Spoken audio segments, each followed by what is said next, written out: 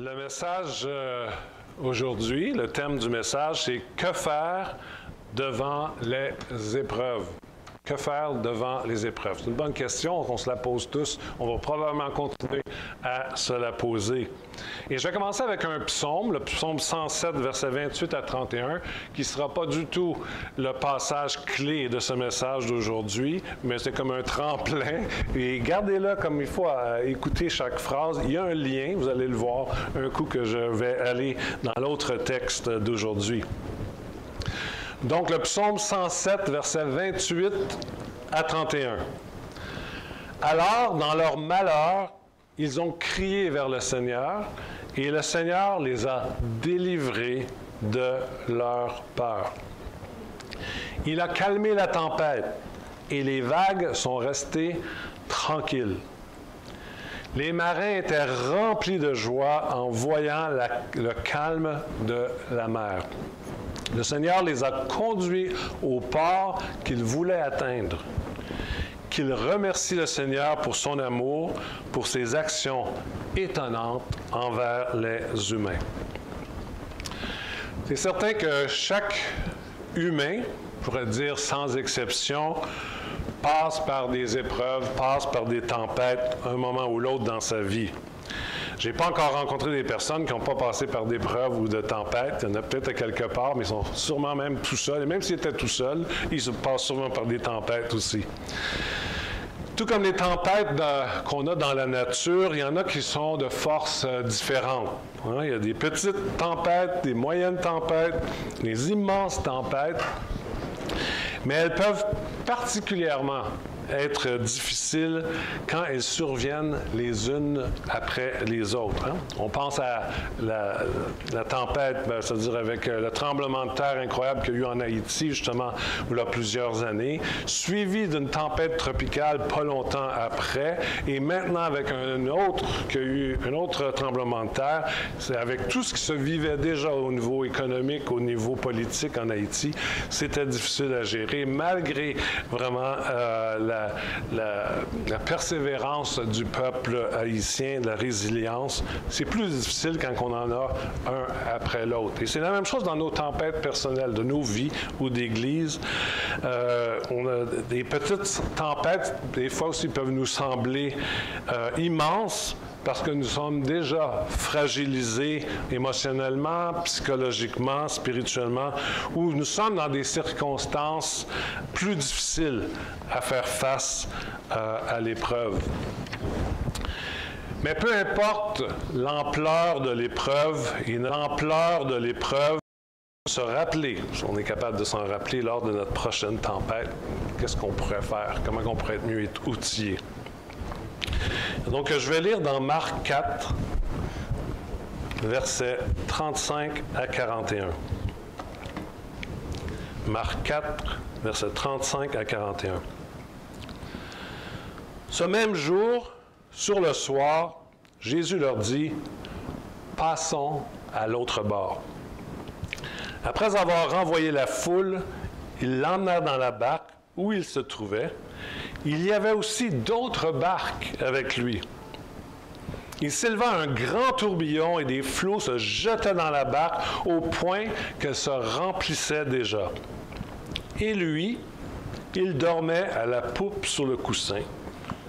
Ils le réveillèrent et lui dirent, « Maître, ne t'inquiètes-tu pas de ce que nous périssons? » S'étant réveillé, il menaça le vent et dit à la mer, « Silence! Tais-toi! » Et le vent cessa, il eut un grand calme. Puis il leur dit, « Pourquoi avez-vous ainsi peur? Comment n'avez-vous point de foi? » Ils furent saisis d'une grande frayeur, et ils se dirent les uns aux autres, « Quel est donc celui-ci à qui obéissent même le vent et la mer? » Au verset 35, dès le début du texte que je viens de lire, Jésus leur dit, « Passons à l'autre bord. » En d'autres mots, allons de l'autre côté, traversons, faisons le voyage ensemble. Et je crois que pour chacune de nos vies ou de nos églises, Dieu a un plan, une vision, un trajet qu'il désire que nous fassions avec lui. Et il désire que nous ayons justement des buts dirigés par son esprit et qu'il désire nous accompagner pour faire le trajet ensemble avec Jésus-Christ dans la même barque, dans le même bateau. Et les plans de Dieu pour nos vies ne sont pas des plans égoïstes pour nos propres vies, mais pour notre bonheur personnel, malgré que ça nous apporte un certain bonheur de pouvoir servir Dieu et de savoir qu'on est dans sa volonté. Mais c'est pour l'avancement de son royaume sur cette terre. À chacun de nous et aux églises, il nous dit « Embarque avec moi. Nous traverserons de l'autre bord ensemble et nous dialoguerons ensemble durant ce voyage. Tu vas en apprendre davantage sur moi, sur ma personne, quand tu demeures proche de moi et que tu demeures dans la même barque que moi. » Verset 36, toujours dans le texte qu'on vient de lire, dit « Il y avait aussi d'autres barques avec lui. » Je n'avais jamais remarqué ça. Moi, dans cette histoire-là, je pensais toujours qu'il y avait juste une barque. Je n'avais jamais remarqué. Il y avait d'autres barques. Jésus n'était évidemment pas dans les autres barques, mais ils se suivaient un à côté de l'autre. Et ça nous montre une leçon aussi qu'en tant que disciples de Jésus-Christ, nous ne traversons pas le voyage de la vie seul. Mais d'autres barques nous accompagnent, remplies de d'autres disciples, de d'autres croyants. On fait en fait le voyage ensemble, prêts, dans la mesure du possible, à collaborer et être là pour s'aider et atteindre le but commun dont Jésus nous a fixé. Passons à l'autre bord. C'est tellement plaisant, je pourrais dire, de voyager avec Jésus sur des eaux calmes, tranquillement. Hein? C'est même méditatif, romantique, contemplatif, comme une promenade. Ceux qui ont fait des promenades en canot sur les lacs du Québec, soit tôt le matin, il n'y a aucune vague, très tranquille, ou le soir au coucher du soleil. Et tout ce que vous entendez, c'est le bruit de la rame. Et c'est vraiment d'un calme complet. Ça fait du bien à notre âme. Hein? C'est comme, c'est vraiment une tranquillité. Ça nous rappelle le calme dans le psaume 23 qui nous inspire et qui est écrit « Il me dirige près des eaux paisibles. Il restaure mon âme. » Verset 37, alors qu'ils étaient quand même assez tranquilles sur la mer, « Il s'éleva un grand tourbillon. » D'autres versions disent « Un vent très violent vient à souffler. » Et des flots se jetaient dans la barque au point qu'elle se remplissait déjà. C'est intéressant de voir que souvent, lorsque nous voyageons avec Jésus et que nous nageons, c'est un jeu de mots, nageons dans le bonheur, heureux dans notre voyage personnel accompagné en Église avec des barques, des autres chrétiens, c'est à ce moment-là où, des fois, les vents, ce qu'on attend le moins, les vents de la tempête se mettent à souffler.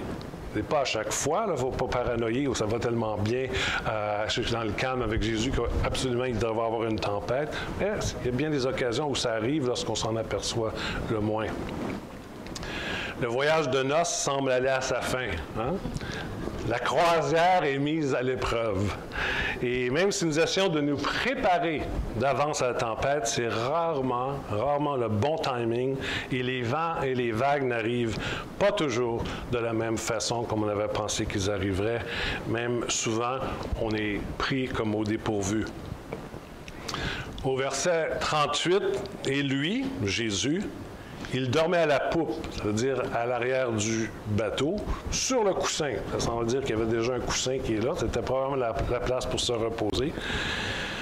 Jésus est d'un tel calme et sérénité qu'il dort. J'ai toujours de la difficulté à saisir ça. Une tempête, il me semble, ça brasse, que le gars, j'ai dit, là, il est-tu sur le burn-out, il est-tu épuisé, il a fait tellement de travail, il a fait tellement de ministère, il est brûlé, il dort comme un bon en arrière, pas capable de le réveiller. Non, Jésus qui passait, je crois, beaucoup de temps avec son Père Céleste, dans une relation vraiment profonde avec lui et remplie du Saint-Esprit. Il était comme sur un lac à l'intérieur, comme sur un lac calme du Québec le matin, quand il n'y a pas de vagues et la tranquillité, malgré qu'à l'extérieur, il y avait une tempête incroyable qui sévissait. Jésus n'était pas inconscient de la tempête, mais son âme était comme celle du psaume 23. Au verset 2, dans le psaume 23, il dit « Me fait reposer dans de verts pâturages. Il me dirige près des eaux paisibles. Il restaure mon âme. » Verset 4, toujours dans le psaume 23. « Quand je marche dans la vallée de l'ombre de la mort. » Oups, ici, là, il y a une épreuve, une difficulté. « Je ne crains aucun mal, car tu es avec moi. » Verset 6. « Oui, le bonheur et la grâce m'accompagneront tous les jours de ma vie. » Toujours au verset 38, dans Marc, les disciples disent que les disciples le réveillèrent et lui dirent « Maître, ne t'inquiètes-tu pas de ce que nous périssons? » Maître, ne t'inquiètes-tu pas que nous périssons? Ça, c'est l'une des questions les plus fréquentes qu'on pose à Jésus quand nous faisons face à une épreuve, face à une tempête. Dieu, est-ce que tu dors ou quoi? Tu ne t'inquiètes pas pour moi, tu ne t'inquiètes pas pour nous, tu ne réalises pas de l'urgence, peut-être même de cette injustice dont je fais face. Jésus, tu ne vois pas ou tu ne réalises pas que nous périssons et que c'est assez urgent? Dans l'épreuve, dans la tempête, on s'inquiète de ce qui semble être le silence de Dieu, le silence de Jésus, du manque d'intervention de sa part. Et sans toujours nous l'avouer, on doute de son désir d'intervenir ou même de sa compassion. On le perçoit comme indifférent, distant ou passif. Et ce n'est pas toujours clair dans notre tête, mais dans le fond de notre âme, dans le fond de notre esprit, c'est un peu comme ça. Mais il demeure toujours dans la barque avec nous. Et ça, c'est quelque chose qui nous rassure. Il nous accompagne dans la tempête et en bon capitaine, il n'abandonne pas le bateau. Il est avec nous. Jésus est avec nous. C'est vrai qu'il n'y a rien de pire que d'être seul, ou du moins de se sentir seul au milieu d'une épreuve, au milieu d'une tempête. On sent qu'on va faire peut-être naufrage, que nous n'arriverons pas de l'autre côté, nous n'arriverons pas de l'autre bord. Mais une chose dont nous devons nous rappeler la prochaine fois que nous ferons face à une épreuve, mais souvent on ne s'en rappelle pas, c'est que Jésus demeure avec nous. Il ressent dans le plus profond de ses tripes cette tempête et ces émotions que nous pouvons ressentir. Au verset 39, « S'étant réveillé, il menaça le vent et dit à la mer, « Silence, tais-toi. » Avec l'autorité spirituelle que Jésus-Christ nous accorde en tant que croyant ou en lui demandant lui-même de le faire pour nous, nous pouvons parfois s'adresser au vent et à la mer qui nous menacent et de dire « Silence, tais-toi. » Silence et tais-toi à l'ennemi de notre âme qui tente toujours de nous intimider ou parfois même d'exagérer le niveau ou de la gravité de la tempête. Silence, tais-toi. En tant que croyants, nous nous laissons, et je m'inclus dans ça, trop souvent ballottés par les vagues et le vent dont l'ennemi nous envoie. On doit dire aussi silence. Tais-toi. On doit aussi le commander à notre âme. Faire arrêter dans notre tête, dans nos pensées, nos émotions, tous les dialogues ou scénarios qui viennent nous terroriser face à l'adversité. Oui, c'est épeurant. Oui, c'est très difficile. On n'est pas en déni que nous sommes dans une tempête, mais nous devons nous saisir pour demeurer malgré tout dans le calme et le repos intérieur que Jésus a démontré quand il se reposait dans le fond de la barque. Silence et tais-toi. Au mensonge que Dieu, il se fout de nous, ou il se fout de notre situation, qu'il nous laisse seuls, il est avec nous dans la barque et les autres barques à côté de nous nous accompagnent aussi. Et certains subissent les mêmes tempêtes dans certains autres moments de leur vie. Au verset 39, toujours dans Marc 4, « Et le vent cessa, il y a eu un grand calme. » Parfois, Jésus va faire éventuellement cesser certaines tempêtes dans nos vies. Ça l'arrive. D'autres fois, il nous accordera la grâce d'y faire face avec un grand calme intérieur. Et si on regarde à l'apôtre Paul aussi, hein, qui faisait face à une tempête, faisait même face à un naufrage dans Acte 27, et le Saint-Esprit lui indiquait des choses à faire étape par étape, tellement qu'il a même pu rassurer certaines autres personnes qui étaient dans le bateau et qui étaient dans ce même navire. Donc, avant que le vent sèche, Jésus a quand même permis qu'ils subissent cette tempête. Il les a laissés quand même aller dans cette tempête et finalement, il a pu intervenir. Au verset 40, « Puis il leur dit, « Pourquoi avez-vous ainsi peur? Comment n'avez-vous point de foi? » La solution, le remède à la peur, c'est la foi. C'est cette confiance à un Dieu qui demeure avec nous dans la barque. Il n'est pas distant, il n'est pas détaché et il ne nous regarde pas de loin pour nous voir lutter avec nous-mêmes, mais il est avec nous pour nous aider à passer au travers. Jésus, qui ailleurs est appelé le bon berger, est toujours proche de nous et demeure dans la barque qui est secouée par les vagues et le vent. Et quand nous avons cette foi en ce Dieu présent dans nos tempêtes, nous avons la foi que nous allons passer, pas juste passer au travers, mais qu'on va traverser de l'autre bord. Parce qu'il nous l'a dit au début du voyage, passons de l'autre bord. Donc, c'est une assurance où nous allons nous rendre à destination. C'est la foi au Dieu de l'impossible. Lors des tempêtes, nous posons des questions à Dieu. Beaucoup de personnes, on pose des questions à Dieu. Seigneur, pourquoi? Comment ça peut m'arriver? Et Dieu accepte ces questions de notre part. Mais nous devons aussi, je crois, dans l'épreuve ou après l'épreuve, lui laisser aussi la chance de nous poser des questions à son tour. Verset 40, Jésus dit à ses disciples, il leur pose des questions. « Pourquoi avez-vous ainsi peur?